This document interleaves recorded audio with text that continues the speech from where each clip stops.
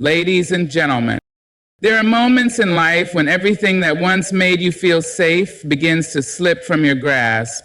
The friends you laughed with now seem distant. The routines you built your day around crumble like ash in your hands. And the image you painted of your life, so carefully crafted, so beautifully framed, fades in the sunlight of a truth you didn't ask for. It feels like loss, it feels like betrayal, it feels like the universe has turned her face from you, but in that hollowing, in that terrible quiet, something holy begins. You are being stripped, peeled, unclothed from every false comfort and every illusion you clung to like armor. And though it may feel cruel, this unraveling is not punishment, it is preparation. You are not being broken, you are being revealed. Beneath the layers of who you thought you had to be, there lies the raw, beating core of who you truly are.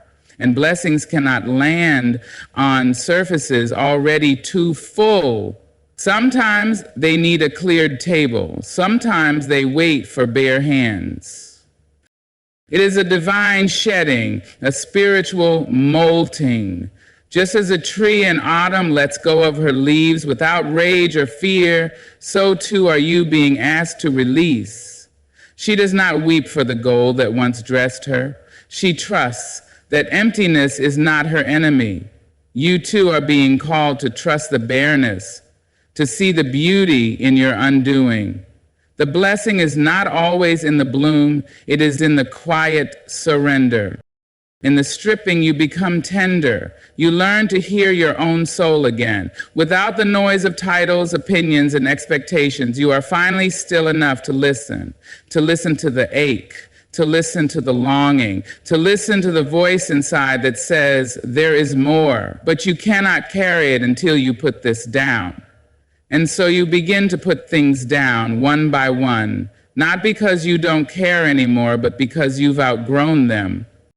People might leave, the phone may stop ringing, the mirror may not flatter you like it used to, but none of that means you are abandoned. It means the path is narrowing, so you can walk it with intention. So you stop chasing noise and start answering the whisper. So you stop chasing hands that never held you fully. So you stop living in a house that was never built to keep your spirit warm. This shedding is sacred.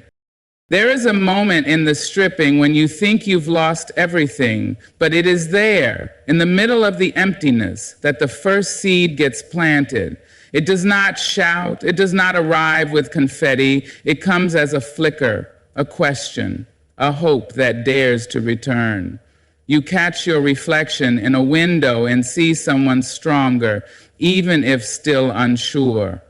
You feel yourself breathing deeper, even if still bruised. And in that breath, you know, something is growing. Growth doesn't always feel like triumph.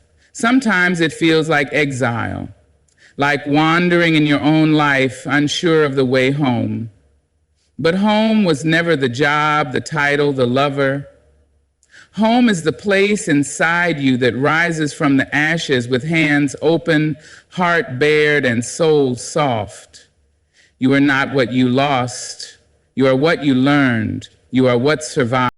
So when the world strips you bare and all the noise fades and you're left standing in the silence, remember, silence is not empty, it is full of answers.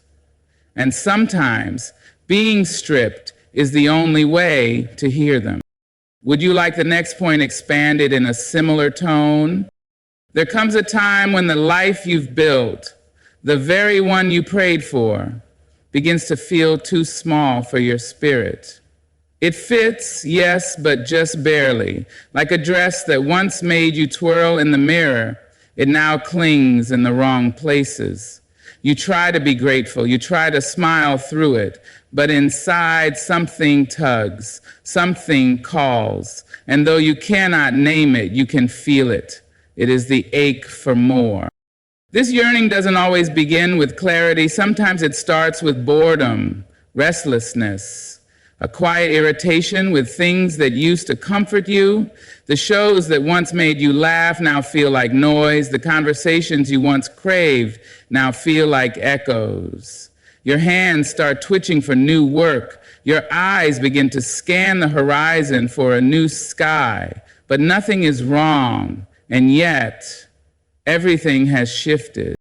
People may tell you to be content, to be still, to count your blessings, and you do, but still your soul is stirring like wind under a door, not because you are ungrateful, but because you are unfolding. There's a place beyond comfort where truth begins, and that truth is whispering that you've outgrown your own shadow.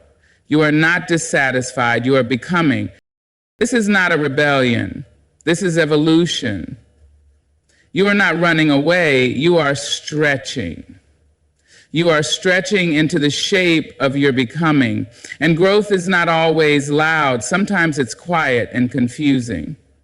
Like walking barefoot on a road you've never traveled.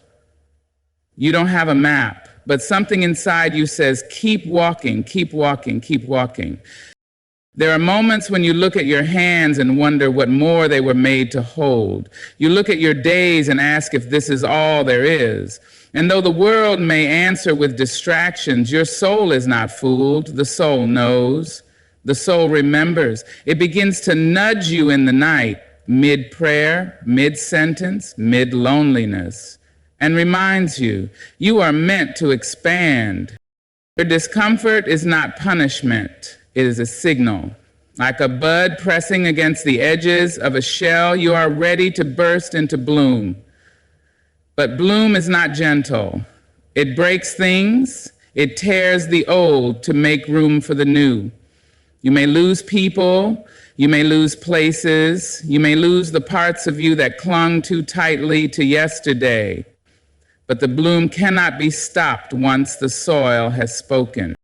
You may try to return to who you were. You may crawl back to the familiar, hoping to find comfort in old skin, but it will no longer fit. The foods you used to crave will taste flat. The rooms you once danced in will feel cold. Because you are not who you were, you are in transit. You are in the space between the seed and the sprout, and the yearning is proof that the sprout is near. So don't quiet the ache. Don't numb the unrest. Don't dismiss the strange pull in your chest. It is not confusion. It is not rebellion.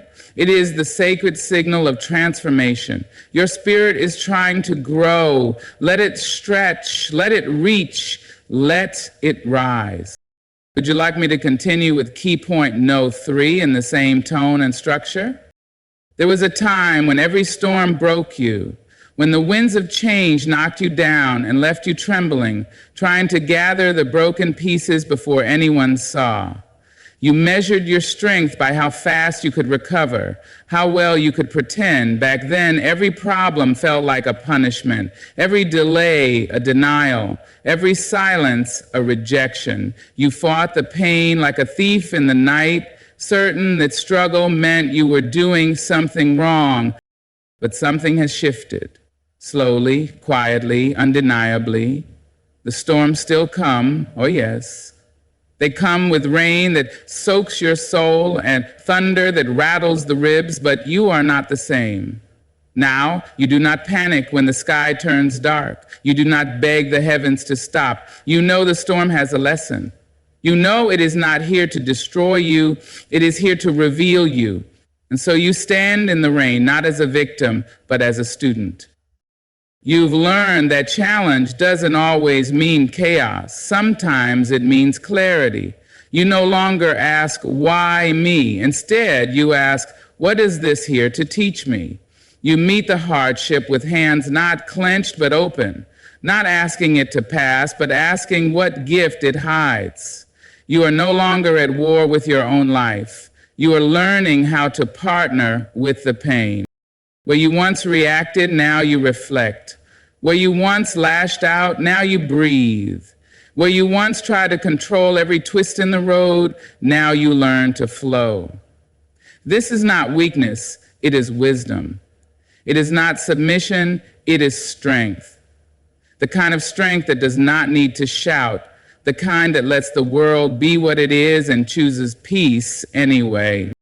There's a steadiness now, a stillness in your center that wasn't there before. You've walked through fires and discovered that your soul does not burn. You've cried oceans and learned that tears don't drown you, they cleanse. What used to shake you now makes you dig deeper. What used to feel like punishment now feels like preparation. You understand now that discomfort isn't always the enemy. It's often the midwife of transformation. You're learning to stay present in the middle of the mess, to sit with the unknown without filling it with noise. You can witness your own sadness without running. You can acknowledge fear without obeying it. You are becoming the calm in your own storm, and the beauty of it is no one else needs to see it. This strength isn't for show, it's for survival. It's for your soul. There's a quiet pride that comes from handling what once broke you. You don't need to announce your growth. You wear it in how you speak now, in how you pause before reacting, in how you choose softness without surrender. People may not notice, but your spirit knows. Your reflection knows. The earth beneath your feet knows. You are moving differently through this life now. So when the next wave comes, and it will come, you do not run, you do not flinch, you do not curse the tide, you square your shoulders, steady your breath, and whisper, I've been here before, and I'm still here.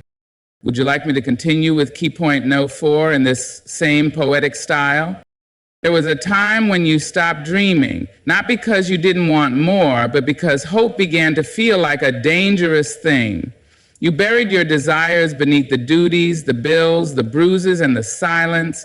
You convinced yourself to be practical, to be grateful, to be small, because dreaming had let you down once, maybe more than once. So you packed those dreams away like old letters, kept but no longer opened. But lately, something stirs, a flicker in the stillness, a faint forgotten melody playing just beneath your everyday noise. You catch yourself staring out windows longer than usual. You start sentences with what if and pause. Surprised, you said it out loud. You begin to notice that your heart leans towards certain things, certain colors, certain callings. It isn't loud yet, but it's real. These dreams don't always arrive with trumpets or fanfare. Sometimes they come disguised as longing, as the urge to create, as the impulse to travel, as the simple ache to feel more alive than you have in years. They may not make sense to anyone else, and they may not even make sense to you, not yet. But something inside you knows this is not nostalgia, this is resurrection. The world may look the same, but your vision has changed. What once seemed impossible now feels worth trying. The mountain still looms, yes, but your legs don't tremble like they used to. You've been through other valleys. You've climbed out of other pits. So maybe, just maybe, this next dream is not as far off as it used to feel. Maybe it's closer now because you've grown closer to yourself. You start remembering who you were before the world told you what to be, before you learned to dim, before you made yourself digest what you never even liked. You remember the girl who danced in front of mirrors, the boy who scribbled in notebooks, the soul who believed in big love, big art, big life, and in remembering something returns to you, something sacred, something soft. You begin to protect your dream, not with fear, but with fire. You don't show it to everyone. You don't explain it away. You let it grow in the quiet. You water it with your energy, your attention, your yes. It's not about being ready anymore. It's about being willing. Willing to try, willing to fail, willing to hope, even in pieces.